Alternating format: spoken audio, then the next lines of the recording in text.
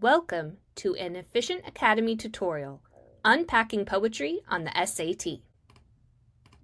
Today we're going to learn about poetry on the SAT. You will find poetry on two domains in the SAT, craft and structure and information and ideas. Under craft and structure, you will find questions about text structure, text purpose, and sentence function in poetry. Under information and ideas, you will find questions about central ideas, details, and text evidence in poetry. Poetry is a form of writing that focuses on the beauty of language. It is written in a unique and abbreviated format. Instead of sentences, poets use shorter lines of text, selecting each word for its sound, rhythm, and meaning. Instead of paragraphs, poets group lines into stanzas that create vivid imagery. Instead of extensive stories, poets focus on moments to spark emotions or ideas. While it is a powerful genre, it can also be challenging to interpret, which is why we're learning about it today.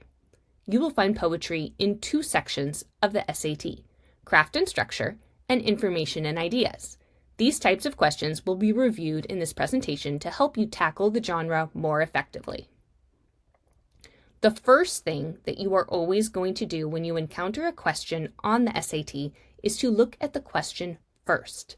This question is, which choice best describes the overall structure of the text? So we know that while we are reading this poem called Birches, we are going to be thinking about the overall structure. Now, what does this mean? When asked about the structure of a poem, try to identify the different images or parts of the poem. Now we can read it. The following text is adapted from Robert Frost's 1915 poem, Birches. When I see birches bend to left and right, I like to think some boy's been swinging them, riding them down over and over again until he took the stiffness out of them, and not one but hung limp. He always kept his poise to the top branches, climbing carefully. Then he flung outward, feet first, with a swish, kicking his way down through the air to the ground. So was I once myself a swinger of birches. And so I dream of going back to be.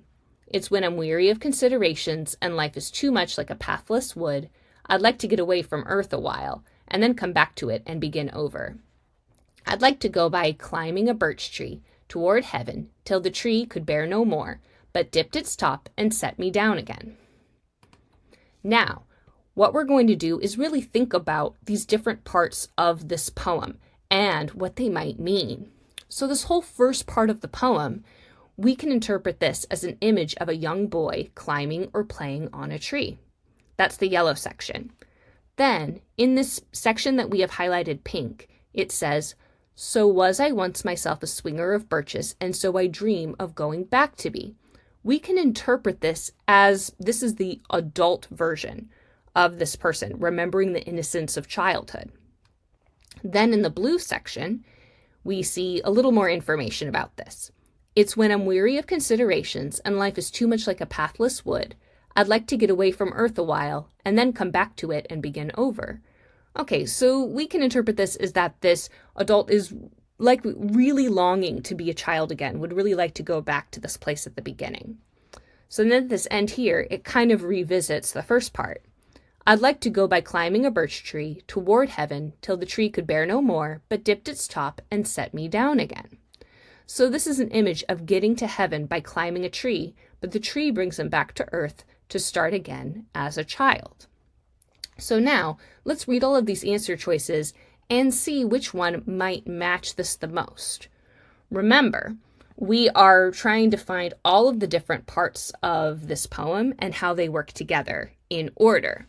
We can see that all of these answer choices have three parts. So there's three different parts to this poem, and we've kind of identified those in our annotations. A, the speaker describes a scene in nature, attributes that scene to childhood play, and then mourns the loss of a child. B, the speaker imagines an idyllic scene of childhood, reflects on death as an escape, and then expresses a desire for that simpler life. C, the speaker provides a reason for a natural phenomenon, reminisces on his childhood, and then expresses a desire to return to childhood. D, the speaker presents a forest scene expresses weariness with age, and then emphasizes a desire for death. Now, let's think about which ones we can easily strike through. Option A begins with a scene in nature and ends with mourns the loss of a child, neither of which seems accurate. Option D begins with the phrase a forest scene, which is also not very accurate, as the poet is focusing more on the image of a child playing than the forest. So these two answers can be eliminated. Now read the remaining answers. Which one works best? Remember, it might be general, but as long as it correctly summarizes the parts of the poem, that's okay. B. The speaker imagines an idyllic scene of childhood, reflects on death as an escape, and then expresses a desire for that simpler life. C. The speaker provides a reason for a natural phenomenon, reminisces on his childhood, and then expresses a desire to return to childhood. So, in considering option C, this is most definitely wrong, as swinging on a tree is not a natural phenomenon. It is an action that a child takes. However, option B doesn't quite match the notes. The blue section was interpreted to mean the adult longed to be a child again. However, the answer option suggests that this part means the adult was reflecting on death as an escape. Upon review, the poem's line, "I'd like to get away from Earth a while," could be interpreted as death. So option B is the best answer. The speaker imagines an idyllic scene of childhood, reflects on death as an escape, and then expresses a desire for that simpler life. Now, let's move on to our second practice problem. This one is trying to find the main purpose of the text. When asked about the main purpose of a poem, try to identify what the poet is trying to achieve in the poem. Is he describing, illustrating, comparing? Consider the tone or mood of the poem, as this might help you determine the purpose. Now, let's read it. The following text is Edgar Allan Poe's 1849 poem, A Dream Within a Dream. Take this kiss upon the brow, and in parting from you now, thus much let me avow, you are not wrong who deem that my days have been a dream. Yet if hope has flown away, in a night or in a day, in a vision or in none, is it therefore the less gone? All that we see or seem is but a dream within a dream. I stand amid the roar of a surf-tormented shore, and I hold within my hand grains of the golden sand. How few, yet how they creep through my fingers to the deep, while I weep, while I weep. O God, can I not grasp them with a tighter clasp? O God, can I not save one from the pitiless wave? Is all that we see or seem but a dream within a dream? Now, let's annotate this text and really unpack the main purpose. So what's kind of easy about this one is that you can divide it into two stanzas. So we know that there are really two parts to help us unpack this main purpose. So this first part of the poem, we can tell that he's leaving his loved one, and he's reflecting how it's all been a dream. We can't really tell. He might be dead or his loved one might be deceased, but we can infer it's something like that. In the second part, we can see that the setting's different. He's at the ocean and sand is slipping through his fingers, but he wants to hold on to it.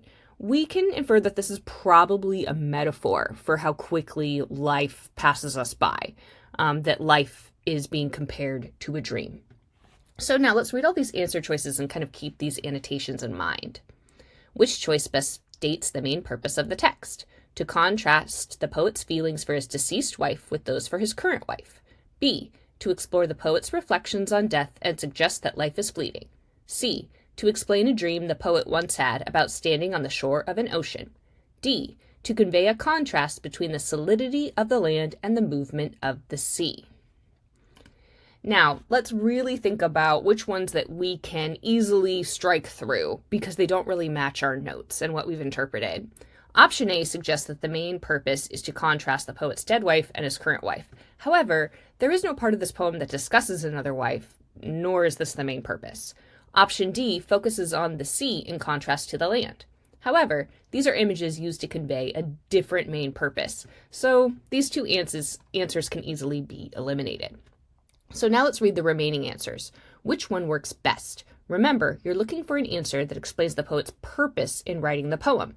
Don't be fooled by the literal interpretation of the poem. like the beach. Try to find the underlying purpose.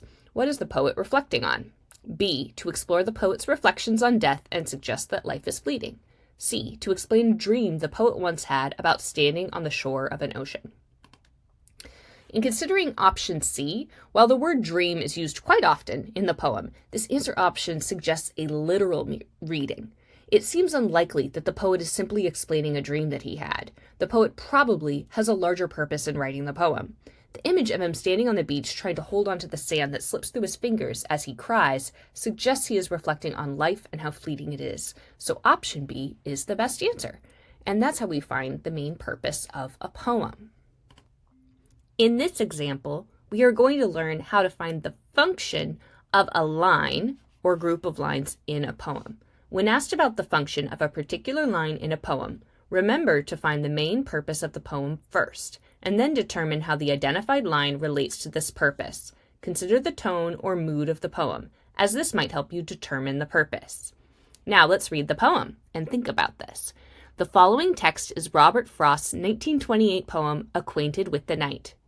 I have been one acquainted with the night. I have walked out in rain and back in rain. I have outwalked the furthest city light. I have looked down the saddest city lane.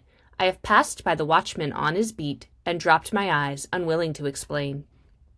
I have stood still and stopped the sound of feet when far away an interrupted cry came over houses from another street, but not to call me back or say goodbye.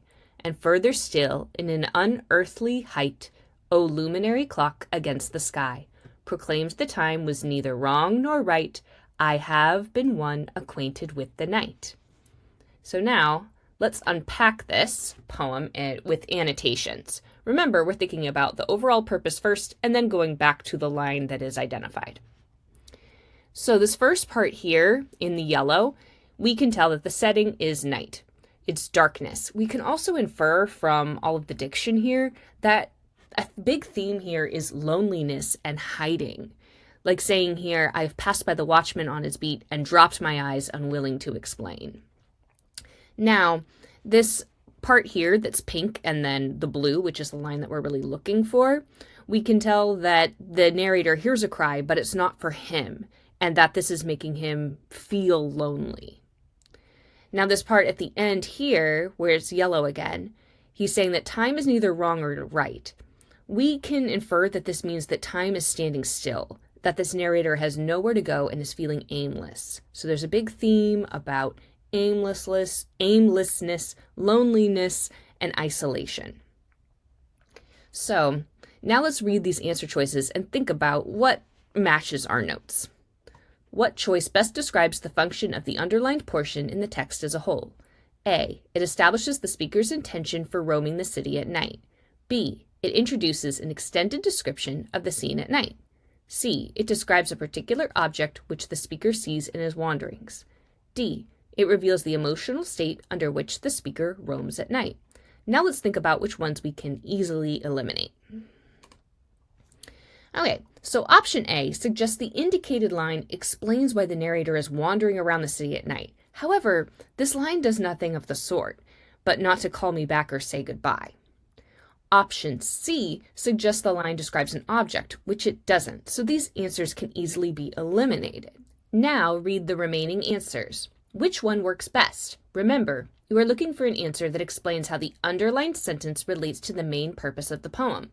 Don't be distracted by answer options that accurately describe another part of the poem. So B, it introduces an extended description of the scene at night. D, it reveals the emotional state under which the speaker roams the night. In considering option B, while the poem does describe a scene at night, that's not the poet's intended purpose, nor does this describe the underlined sentence, but not to call me back or say goodbye. The underlined sentence shows how the narrator responds to the sudden cry in the night. He recognizes that the cry is not intended for him. This emphasizes the narrator's feeling of loneliness and isolation. So option D is the best answer. It reveals the emotional state under which the speaker roams the night. Now we're moving on from text structure and purpose to central ideas, details, and command of evidence. This is reading comprehension. So We know that this is a central ideas question because it has the word main idea in the question. When asked about the main idea of a poem, remember to figure out what the poet is trying to teach you about life rather than the literal meaning. Consider the tone or mood of the poem, as this might help you determine the main idea. Now let's read the poem, thinking about the overall meaning. The following text is John Keats' 1818 poem, When I Have Fears That I May Cease to Be. When I have fears that I may cease to be, before my pen has gleaned my teeming brain, before high-piled books in carrick-tree hold like rich garners the full-ripened grain, when I behold upon the night-starred face huge cloudy symbols of a high romance, and think that I may never live to trace their shadows with the magic hand of chance, and when I feel, fair creature of an hour, that I shall never look upon thee more, never have relish in the fairy power of unreflecting love, then on the shore of the wide world I stand alone, and think till love and fame to nothingness do sink. Now let's unpack this poem with annotations. So the yellow lines here really reflect on a fear of death. When I have fears that I may cease to be, we can infer that this is talking about death. And we can infer that this is probably, the narrator is the author of the poem, and he has a fear of dying before accomplishing all that he wants to accomplish.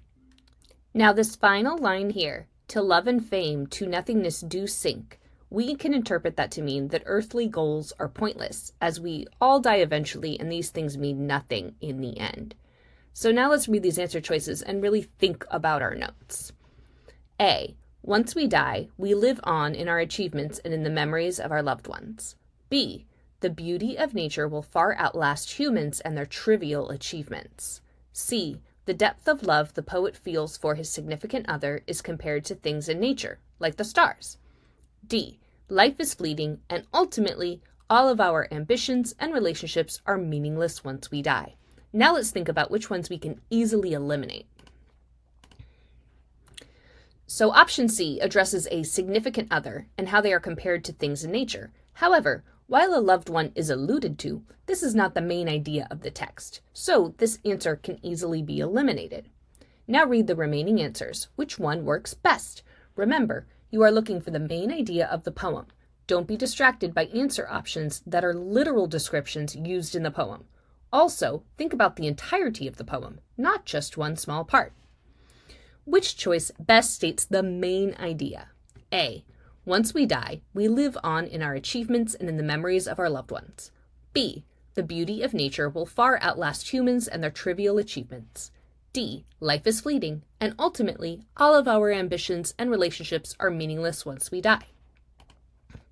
In considering these options, the remaining three all seem possible at first. However, the final line of the poem is telling as to which answer option is the best. While the beginning of the poem discusses how the narrator fears he will not be able to accomplish all of his goals, there is no evidence that suggests that the poet thinks humans live on in their accomplishments after death. In fact, the final line suggests the opposite. As for option B, while some lines discuss the beauty of nature, this does not seem to be the main idea of the poem. It seems like a detail. Option D is closest to the interpretation described in the notes, so option D is the best answer. Life is fleeting, and ultimately, all of our ambitions and relationships are meaningless once we die. And that is how we find the main idea of a poem. Now in this exercise, we're learning how to find key details in passages. Remember that details questions will be very specific to the text. Remember to read the question first so that you know what to focus on in the poem. Look for specific lines in the poem that relate to the question. This question says, according to the text, how do we treat others? We know it's a details question because it starts with, according to the text. Now let's read the text and learn about how we should treat others. The following text is from Rudyard Kipling's 1895 poem, If. If you can dream and not make dreams your master, if you can think and not make thoughts your aim, if you can meet with triumph and disaster, and treat those two impostors just the same, if you can bear to hear the truth you've spoken, twisted by knaves to make a trap for fools, or watch the things you gave your life to broken, and stoop and build 'em with worn-out tools. If you can talk with crowds and keep your virtue, or walk with kings, or lose the common touch.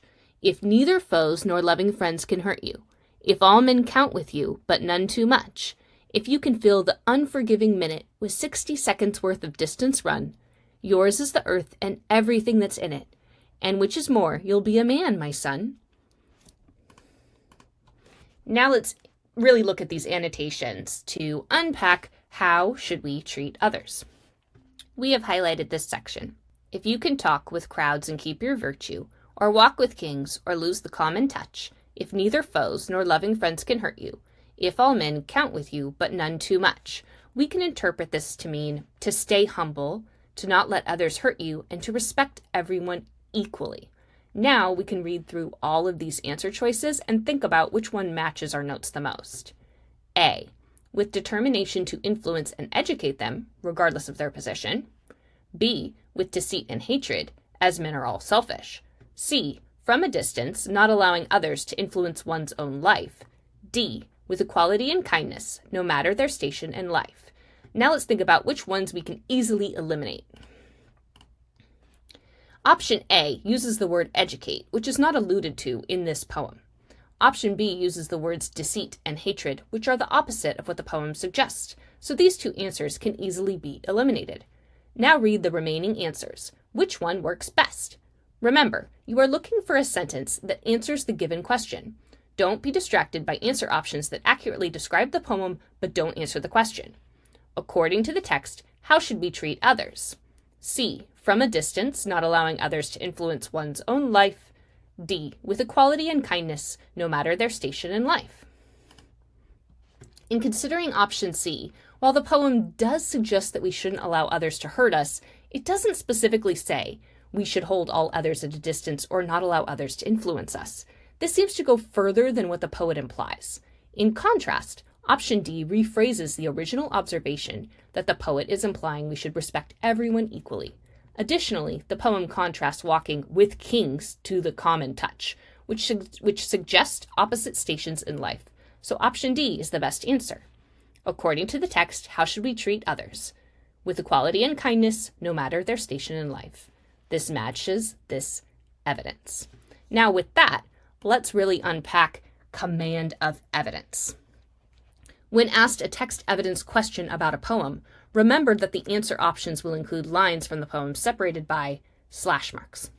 You will need to determine which lines best support the given claim, as stated in the text on the left. Write down a prediction in the notes.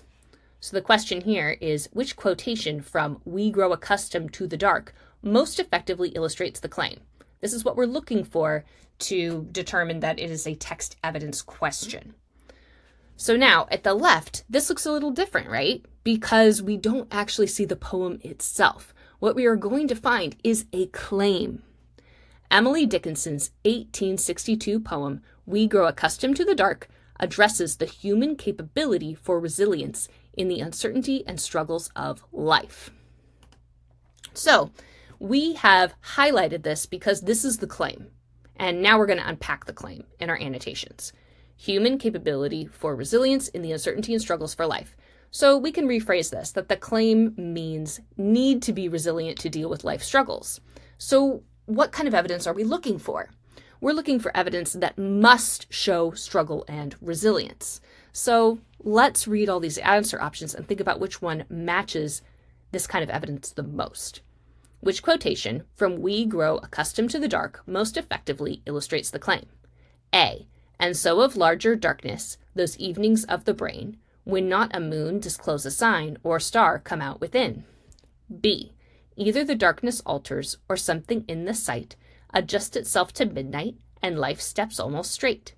C, a moment we uncertain step for newness of the night, then fit our vision to the dark and meet the road erect.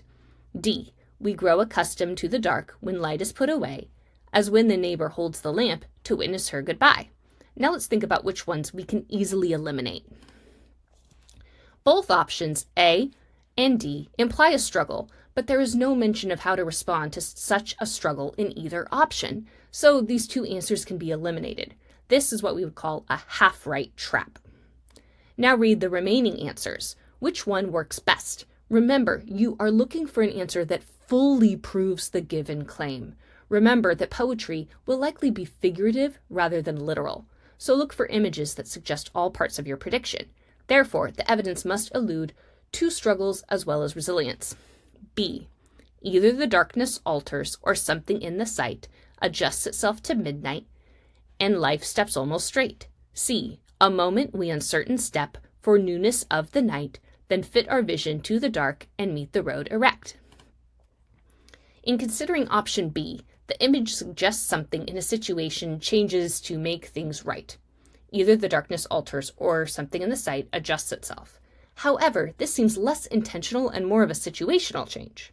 Option C suggests intentionality with the line, we uncertain step, and success in that resilience with the line, and meet the road erect. So option C is the best answer. Which quotation from We Grow Accustomed to the Dark most effectively illustrates the claim, a human capability for resilience in the uncertainty and struggles of life? C. A moment we uncertain step for newness of the night, then fit our vision to the dark and meet the road erect. And that is how we assess our command of evidence. So here's some final words about SAT questions on poetry. Remember to consider the tone and mood of the poem. Focus more on the figurative interpretation than the literal interpretation of the poem. Consider alternative interpretations of the poem if your own interpretation does not align with the answer options. Try to determine the poem's overall theme or what the poet is trying to say about life in general. And look for key lines in the poem that pinpoint the poet's intended theme. Use notes and highlighting to mark these key lines. And that is how we answer SAT questions about poetry.